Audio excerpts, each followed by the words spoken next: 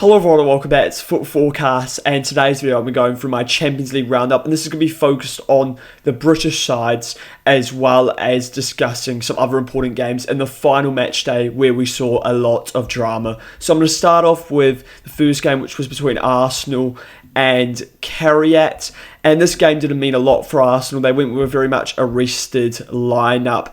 They rotated every player from the game on the weekend, and this didn't mean a lot. In terms of some significant things for this game, I thought Havertz was excellent for Arsenal in this game. Gyökeres had a very much a mixed night. Overall, I would say he had a rather poor night because he scored one goal, and look, he got an assist, but he really should have scored 3 goals in this game. There were some massive opportunities for Gyökeres, and I thought Mosquera and Norgard were excellent for Arsenal in this game. Arsenal knew that they were qualifying for the Champions League no matter what. Carriat knew they were going to finish in the bottom 12, and in fact they finished in last in the Champions League, so they qualified for nothing. So then we're on to the next game, which was between Liverpool and Qarabag, and Liverpool absolutely battered Qarabag in this game. It was a really impressive 6-0 performance over Qarabag. Overall, Liverpool played really well in this game, and they needed a performance like that after the Bournemouth performance. And McAllister played well, scoring 2 goals in this game.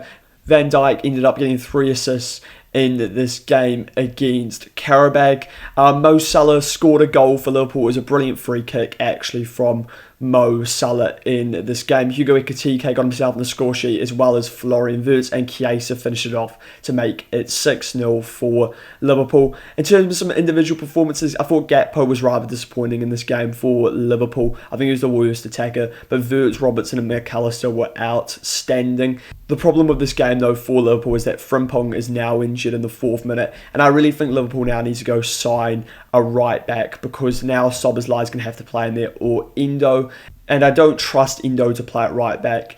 And Szoboszlai I want in the midfield because he's been Liverpool's best player so far this season. For Liverpool, they've now actually finished 3rd in the Champions League, which is a really good finish for Liverpool considering how much they've struggled so far this season. For Qarabag have managed to sneak in 22nd place in the Champions League. Before kick-off, it looked likely, even if they lost by this sort of margin, that they would still qualify for the playoffs. So then we had Frankfurt at home to Spurs, and Spurs did manage to win this game 2-0 away from home, and I did fancy Spurs to win this game. And they switched to a 4 at the back for this game. They played a 5 against Burnley. They decided the 4 was more suited to this game against Frankfurt, and Spurs found the opening goal in this game in the second half through Kolo Muani, and once again it's another Spurs goal that comes through a set piece, and once again Christian Romero was involved, hitting the ball from the delivery from Xavi Simons to Kolo Muani, which resulted in Muani putting the ball in the back of the net. Then Dahoud made a mistake, which resulted in Solanke profiting off this and scoring to put Spurs 2-0 up. I think some significant performance of Spurs in this game was the attack. Odobert, Muani and Xavi Simons were excellent for Spurs throughout, and that now means that Spurs have qualified for the round of 16 in 4th place. A great result that for Spurs considering how poor they've been in the Premier League so far this season, and this result plus the fact that Liverpool have finished in 3rd place. And this result plus the Liverpool result, I think, really proves how much better the Premier League sides are than the other sides in this competition. Frankfurt also went out in 33rd place, a very disappointing campaign for Eintracht Frankfurt. So then we got City at home to Galatasaray, and City knew going to this game they were going to have to win it and results would have to go their way, and both of this happened for them in this game. City won this game at 2-0, an opening goal for Erling Haaland, a good ball from Doku to play him in for the first goal on the counter attack, and then City scored a second goal through Ryan Cherki, once again assisted by Jeremy Doku. And overall, City did what they needed to do to win this game. Donnarumma had to make a couple of saves in this game. He made a really good save in this game against Osman, and City did qualify to the round of 16 in 8th place because Real Madrid failed to win against Benfica, and I'll be discussing that game later.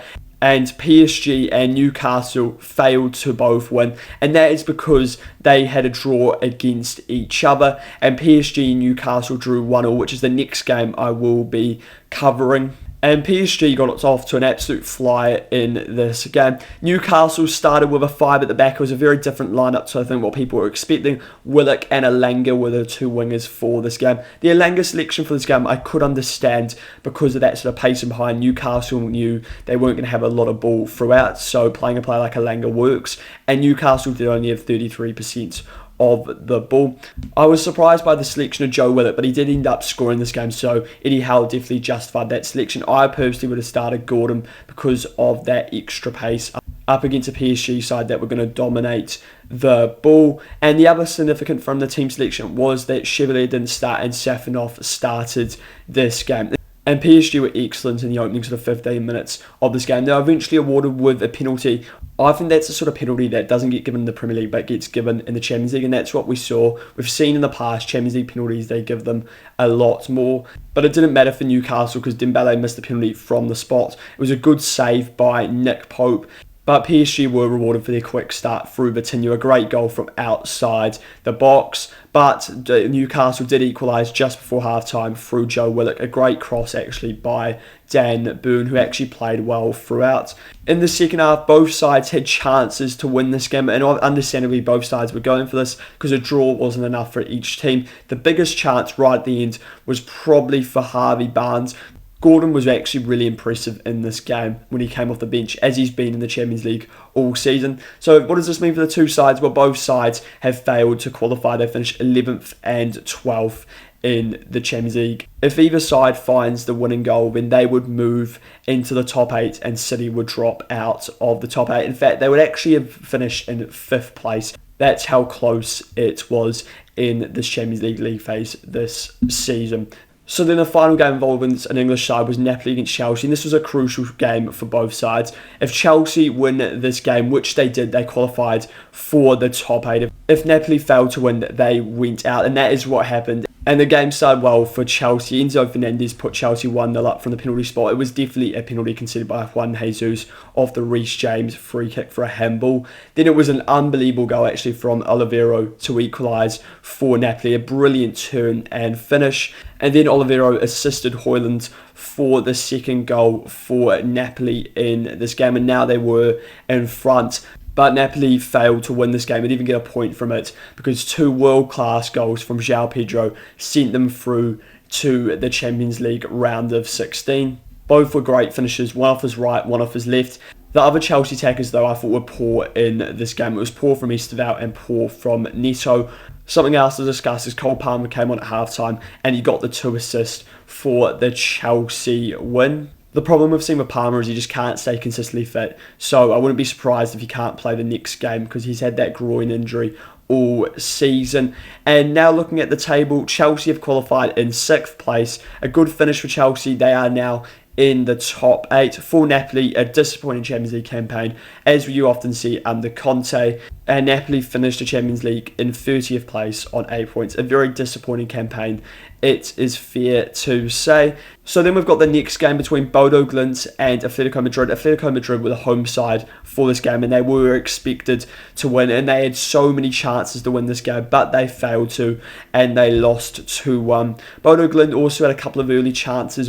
It was actually a very good clearance from Jimenez off the line early to stop Bodo Glimt going 1-0 up, but Sorloth against his former side put Atletico Madrid 1-0 up. Alex Baiana had some massive opportunities and Alvarez actually scored directly from a corner, but it was disallowed. But it was Bodo Glimt that found the equaliser in this game, and they went on to win this game because they found the second goal in the second half, and it was an absolute mess of a goal. In terms of some standout performances in this game, I thought Barrios played well for Atletico Madrid, but it's such a disappointing result for them. If they win this game, they would have qualified for the top 8, and now they're going to have to go through the playoffs. In terms of what this means for Bodo Glimt, well, Bodo Glimt have qualified in the top 24. That is a great achievement for them after winning against City and Atletico Madrid in their last 2 games. So then we're on to the next game, which was on Barcelona winning 4-1 against Copenhagen. I did expect this sort of a performance from Barcelona, especially considering that goal difference could have played a factor. but Copenhagen actually went 1-0 up. It was a poor ball by Kunde, which resulted in El Nusi playing in Dadson in behind, and he converted the goal to put Copenhagen 1-0 up. And then Barca had some big chances. Katrowski in goal for Copenhagen was superb in this game and denied Barcelona time after time, and it actually made the game interesting for a while. But after halftime, Barcelona started converting more of their chances. Once again, Katrowski made some great saves, but they did equalise through Robert Lewandowski. It was a great ball by Dani Olmo to play Yamal, and then Yamal just squared it to Lewandowski. And then Yamal put Barca 2-1 up. It was a deflected goal, but it was actually very good build-up from Barcelona to find the space for Yamal to score the goal. Then Lewandowski won a penalty. I don't think this is a penalty.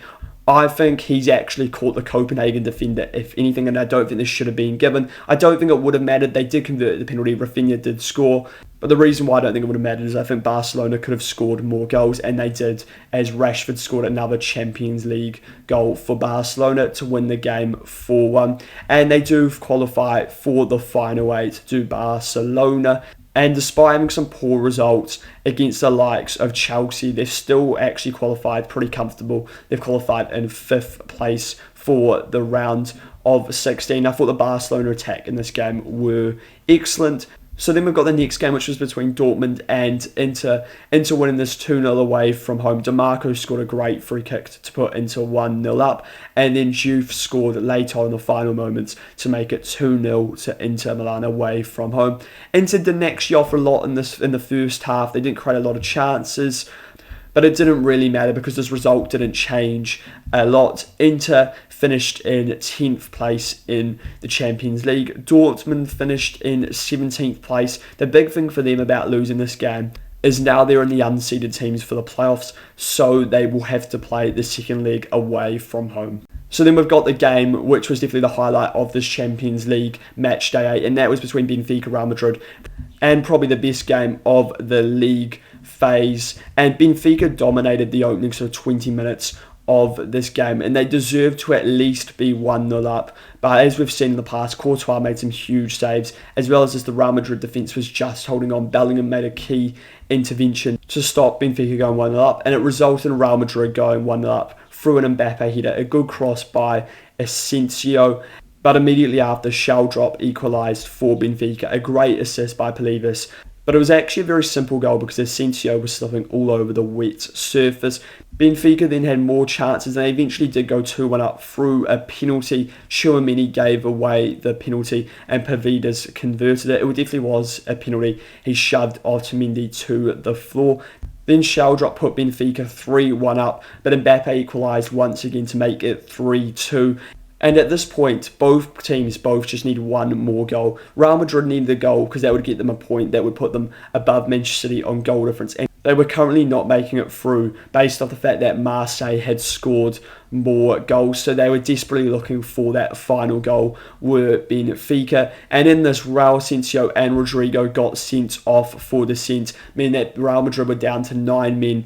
And Benfica had one last free kick to try win the game. So Mourinho decided to send up the keeper Trubin, as you should, and Trubin found the goal for Benfica to send them through to the Champions League playoffs.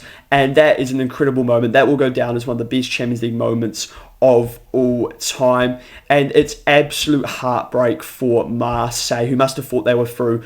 But it's their fault, the fact that they are out of the Champions League, because they lost 3-0. If they lost 2-0, they would have been through. They got battered by Bruges. And when you lose 3-0, you've really only got yourselves to blame. Such disappointment, though, for those Marseille fans and the Marseille players.